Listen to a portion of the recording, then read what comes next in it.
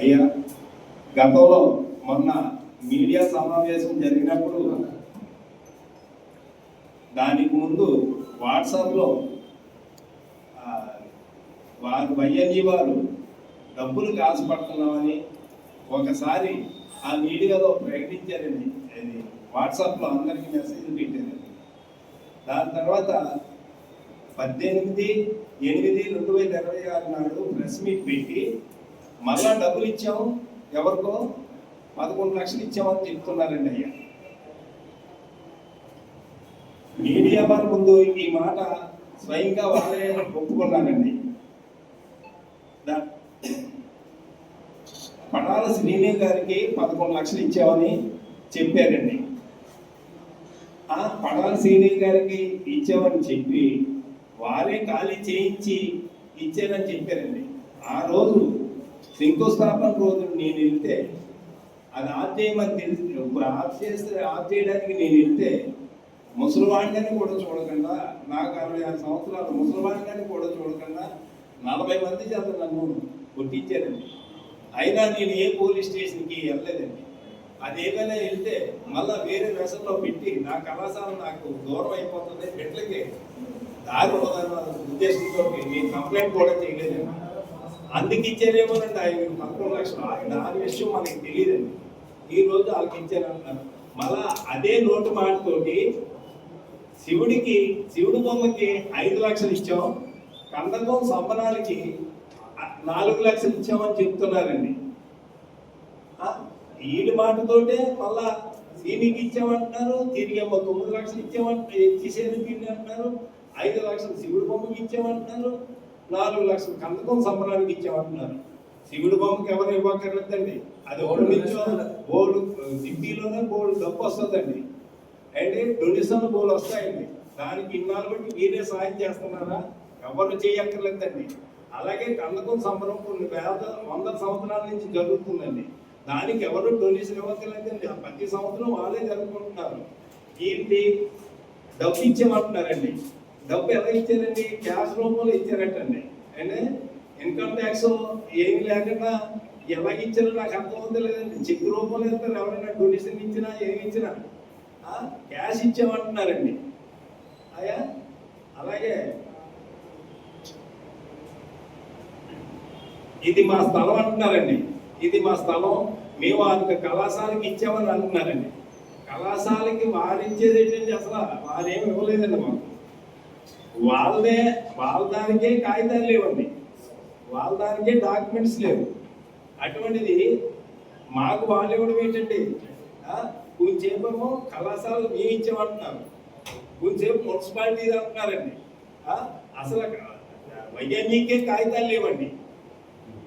దానికే ఎటువంటి కాగితాలు కానీ పనులు కానీ ఏమీ లేవండి. ఇది కాకుండా వీళ్ళు మాదే కాదండి, వెనకాల సోల్బా కాంప్లెక్స్ మున్సిపాలిటీ వారు అప్పుడు గవర్నమెంట్ వారు కట్టారండి రోడ్డు మీద ప్రజా సౌకర్యం కోసం. ఆ సులభా కాంప్లెక్స్ కూడా ఆక్రమించుకొని అది కూడా హోటల్ పెట్టి అద్దెకిచ్చి అది ఒకసారి ఫైర్ కూడా అయిపోయిందండి. ఆ క్యాసెట్ అది కూడా నా దగ్గర ఉందండి. ఫైర్ అయిపోతే కాలిపోతే దాంట్లో కాలిపోయిన వాళ్ళకి పారితోషికం ఇచ్చారో లేదో కూడా మాకు తెలియదండి. చాలా మంది కాలిపోయారండి దాంట్లో.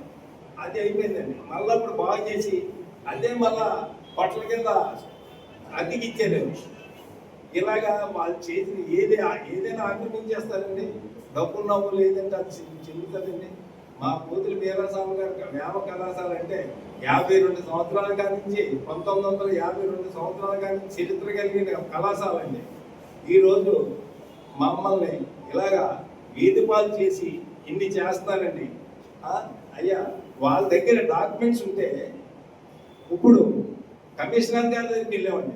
అది చూపిస్తే కమిషనర్ గారు క్యాగేసి మమ్మల్ని పిలిచి అయ్యా మీది కాదు ఇది వాళ్ళదే అని చెప్తారు కదా సార్. అలాగే కలెక్టర్ గారి దగ్గరికి వెళ్ళామండి. కలెక్టర్ గారు కాగేసి అయ్యా మీ బాబు మీది కాదు ఇది వాళ్ళదే, వాళ్ళ డాక్యుమెంట్ సబ్మిట్ చేశారు వాళ్ళదేదని మాకు చెప్తారండి. అలాగే వారేమంటున్నారండి, మా తరఫున ఆదిరెడ్డి వాసు గారు ఉన్నారు, మాకు అన్ని మమ్మల్ని ఎవరు ఏం చేయలేదని అంటున్నారండి. ఆదిరెడ్డి వాసు గారు ఆయన తరపు ఉన్నారంటున్నారు, మా తరపునేమో భరత్ గారు ఉన్నారంటున్నారండి. అన్ని వాళ్ళే చెప్తున్నారండి. ఆదిరెడ్డి వాసు గారు అటువంటి అన్యాయం చేసే మనిషి కాదండి. న్యాయం ఎటు ఉంటే అటు వెళ్ళే మనిషి అండి. ఆదిరెడ్డి వాసు గారు అంటే రాజమండ్రి ఇప్పుడు కాదండి, ఎప్పటి నుంచి ఆదిరెడ్డి అప్పారావు నాన్నగారి కోసం ప్రజలందరికీ తెలుసండి. మంచి వాళ్ళండి, చెడిదానికి ఎప్పుడూ వెళ్ళరండి ఆదిరెడ్డి వాసు గారు. అలాగని చెప్పి అతను మా ఆదిరెడ్డి వాసు గారు వాళ్ళ తరపు వెళ్ళకపోవడంతో ఏం చేశారండి, భర్త గారిని మా తరపు ఉన్నారని భర్త గారిని నిందిస్తున్నారండి. భర్త గారిని నిందిస్తే అప్పుడు ఆదిరెడ్డి వాసు గారు వాళ్ళ తరపు అయ్యి వాళ్ళకి ఏదో చేస్తారని ఆశతోటి భర్త గారిని నిందిస్తున్నారు. అసలు ఇది అంతా రాజకీయం చేయడం ఏంటి సార్? అసలు న్యాయమేనా? మేము ఏ రాజకీయ నాయకుడి దగ్గరికి వెళ్ళామా? నిజంగా వాళ్ళు ఆదిరెడ్డి వాసు గారి దగ్గరికి వెళ్ళి ఉంటే ఆయన పరిశీలించి ఏమయ్యా నువ్వు రా, ఇది నీది కాదు వాళ్ళదే అని నన్ను పిలిచి అడిగే అధికారం ఉందండి. ఎందుకంటే ఎమ్మెల్యే గారు పిలిస్తే వెళ్ళాలండి. ఆయన అడిగిన దానికి సమాధానం చెప్పాలి. ఆయనకి తెలియదండి, ఆయనకి తెలుసు కదా సార్ మాలో న్యాయం ఉందో అన్యాయం ఉందో. అందుకే మాకు చేయలేదు సార్ మాకు. అందుకనే మాకు సారు ఫోన్ చేయలేదు. ఎందుకంటే అతను న్యాయం తెలుసండి, వాడు తలుపే లేదు. ఈ భర్త గారిని అత్తమాను నిందిస్తే వాసు గారు తలుపు వెళ్తారని ఆతృతండి. ఇది దయచేసి ఇది రాజకీయం చేయొద్దండి. ఇది రాజకీయం చేయకుండా మా కళాశాల మాకు ఇప్పించండి. వైఎంఈ వారు మీకు కూడా నమస్కారం పెట్టి చెప్తున్నాను. మాలాంటి లేనోళ్ళది మీకు అవసరం లేదండి. మీకు మీ సంఘం తరఫున మీ వాళ్ళు అంత కోటాను కోటీశ్వరులు ఏ పక్కనైనా కట్టుకొని ఆ బెడ్లు ఆ లిఫ్ట్ అవి మీరు పెట్టుకోవచ్చండి. మాది లేనోది పిల్లలు చేసే వ్యాయామం చేసే కళాశాలే కావాల్సి వచ్చిందండి. దయచేసి మాకు ఇప్పించండి. అలాగే 15 సంవత్సరాల క్రితం ఈ వైఎంఈ వారే మా గోడ పగలగొట్టి వాళ్ళ వైఎంఈలో వచ్చి గేట్ పెట్టారండి. గేట్ పెడితే అప్పుడు మేము గేట్ సార్ ఇలా పెట్టారు అని అడిగితే అలా కాదయ్యా నువ్వు వచ్చి మాట్లాడతాను శివరామ సుబ్రహ్మణ్యం గారు కవరెడితే అక్కడికి వెళ్ళామండి. అక్కడికి వెళ్తే ఏమైందండి, ఆయన ఏమన్నారంటే కింద మేము వాడుకుంటాం, పైన మీకు స్లాబ్ వేసి ఇస్తాం, మీరు చేసుకోండి అన్న. అదేంటి సార్ పైన మీరు వేసుకోండి ఏంటి, పైన మీరేమేంటండి, పైన మీరు చేసుకోండి ఏంటి, ఇది రజలింగు బాక్సింగ్ స్లాబ్లోనే చేయడానికి కుదరదండి, డంగలు ఉండాలి, మాకు కుదరదు సార్ దయించి తీసేయండి అంటే అది తీసేసారండి. 15 సంవత్సరాల క్రితం గొడవైంది నాలుగు మాకు. అప్పుడు తీసేసారండి. తీసేసి అప్పటి నుంచి కూడా మా కళాశాల ఎలాగైనా ఆక్రమించుకోవాలని వాళ్ళు సంకల్పించి అదే ధోరణిలో చేస్తున్నారండి. డంపేటగుంది ఉందని ఒక స్టేట్మెంట్ ఇచ్చారండి. అసలు డంపేటగుంది ఉందని పన్ను ఎందుకు కడుతుంటారు సార్? కరెంటు బిల్లు అండి మీకు కడుతున్నది. కళాశాలకు పన్ను అయ్యింది, మా కరెంటు బిల్లు కడుతూనే ఉన్నామండి. ఈయన అలా ఆక్రమించిన కానీ మీకు కరెంటు బిల్లు కట్టలేదండి. అంతేనండి. నెక్స్ట్ ఏంటంటే సుబ్రహ్మణ్యం గారు నాకు కౌలు చేశారండి రమ్మని. అయ్యా ఏంటంటే ఇలా నేను రాను సార్ ఎక్కడికి, ఎవరు కౌరెట్టినా ఎవరు చేసినా నేను ఎవరికి నేను లొంగలేదండి, ఎవరి దగ్గరికి వెళ్ళలేదండి. అండి ఒక్కసారి మాత్రం భర్త గారి దగ్గరికి వెళ్ళాం, ఆయన స్పందించలేదు. ఇంకా అప్పటి నుంచి ఏ నాయకుల దగ్గరికి వెళ్ళడం మానించామండి. దయచేసి నాయకులందరూ ప్రతి పార్టీ వారు మాకు న్యాయం చేసి మాకు న్యాయం జరిపి మా కళాశాల మాకు ఇప్పించండి. పడాల శ్రీను అన్న అతనికి 11 లక్షలు ఇచ్చేమన్నారండి. 11 కళాశాలకి పడాల శ్రీనికి ఎటువంటి సంబంధం లేదండి. ఈ పడాల శ్రీను అనేది కర్ణకం సులభ కాంప్లెక్స్ వెనకాల రైల్వే ప్లేస్లో వీళ్ళ కళాశాల ఉండేదండి. వీళ్ళ నాన్నగారు వీళ్ళు వాళ్ళ కళాశాల పెట్టుకున్నారండి. అక్కడే వాళ్ళ కళాశాల వాళ్ళ గురువు గారు ఎవరంటే పడాల సూరప్పారావు అండి. వాళ్ళ కళాశాలకి గురువు గారు అయితే కళాశాల గురువు గారు పడాల సూరప్పారావు. వాళ్ళకి వీళ్ళకి ఎటువంటి సంబంధం లేదు. పైగా ఒక అతను ఎవరో నిన్న మీడియాలో మాట్లాడుతూ అయితే 2-3 పేర్లు హైదరాబాద్ పేర్లు చెప్పి నేను ఇదే కళాశాలలో చేశాను, గరిడిని చిడి నేర్చుకున్నాను. అసలు చిడియే మాకు రాదండి. మాకు నేర్చుకున్నది మా కళాశాలలో రజలింగ్ అండి. నేను నేపాల్ అతను హై స్కూల్లోకి వచ్చి ఓన్లీ బాక్సింగ్ కరాటే నేర్చుకోవటండి. అతని దగ్గర బాక్సింగ్ నేను ఒక్కడే నేర్చుకున్నానండి మా కళాశాల బాక్సింగ్. అక్కడ తెల్లారుజామున 5 గంటలకు వెళ్ళి 6 గంటలకు కానిచ్చి 6 గంటల కానీ మా కళాశాల వ్యాయామ కళాశాలకు వెళ్ళి అక్కడ ప్రజలకి నేర్చుకుంటామండి. ఇవన్నీ నేను నేర్చుకున్నాను. ఇతను చెప్పి ఏమంటున్నాడంటే నేను దాంట్లోనే చేశాను, నేను అక్కడే ఉన్నాను అని చెప్తున్నాను. ఇసుకీదులో అద్దెకున్నాను. అప్పట్లో 17 సంవత్సరాల క్రితం 17 సంవత్సరాల క్రితం ఇసుక వీధి ఎలా ఉండేదండి?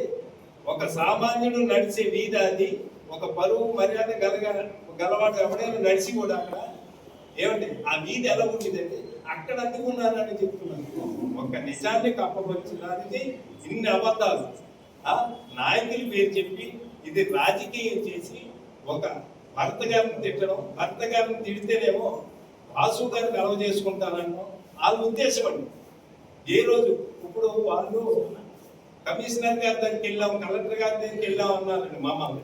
ఏ రోజైనా కలెక్టర్ గారి దగ్గరికి కానీ కమిషనర్ గారి దగ్గరికి కానీ తమరు మీడియా వారు కానీ ఎవరైనా సరే వచ్చి వీరి తరపున ఎవరు వచ్చారు వీళ్ళు పోరాటం తరపున అని ఒక్కసారి కనుక్కోండి. మేము ఒక్కరే కనీసం వార్డు కౌన్సిలర్ని కూడా మేము తీసుకెళ్ళలేదండి. ఏ పార్టీ వారిని తీసుకెళ్ళాం, మేమే స్వయంగా వెళ్ళామండి. అటువంటిది విధి అలా కాదు ఎలా కాదని భర్త గారిని తింటే ఈయన వాదిరెడ్డి వాసు గారు ఎంటర్ అవుతారని ఆశండి. వాదిరెడ్డి వాసు గారు వీళ్ళు అన్నీ ఇస్తున్నారండి. ఉచిత భోజనం సదుపాయం అండి. హాస్పిటల్కి వెళ్ళాలా కదండి. ఒక్క నిమిషంలో మనం పెద్ద హాస్పిటల్కి వెళ్తే 5 నిమిషాల్లో స్టేట్మెంట్ చేస్తున్నారండి. వీళ్ళు డాక్టర్లు ఏంటో ఇంజనీర్లు ఏంటో రకరకాలు చెప్తున్నారు. ఒక మాటకి పొంతం లేదండి వాళ్ళు చెప్పింది. అప్పుడే మాది స్థలం ఇచ్చామంటున్నారండి. అప్పటికే మళ్ళా మేము మున్సిపాలిటీ ఆల్ నోట్ అంటే చెప్తున్నారు. అక్కడ చేసేవారండి. మా రామారావు అని బీజేపీ రామారావు ఆ పక్కన స్థలంలో చేసేవారండి. ఈ వెయ్యి స్థలంలోనే ఏంటంటే అది డ్రిల్ ఏదో చేస్తారు, అది చేసేవారండి. చేసేవారండి అక్కడ. ఈయనేమో తెలిసి తెలియని నలుగురు పైన పేర్లు చెప్పి తెలుసుకున్న ఏదో నాకు పైన తెలుసు అందరం తెలుసు అంటున్నాడండి. ఈయన మా గరిడికి చేసేటట్టు ఇంకా కరెంట్ బిల్లు కడతలేదండి. మీకు ఎలా వాళ్ళు నేటర్ కూడా లాగి తగ్గించుకున్నారండి. వైర్మల్ అంటున్నారు కదండి, వైర్మల్ ఇష్టం అతనికి తెలియదేమో అని. నేను మర్చిపోతానేమో చాలా మంది పేర్లు రాసుకొని వచ్చారు.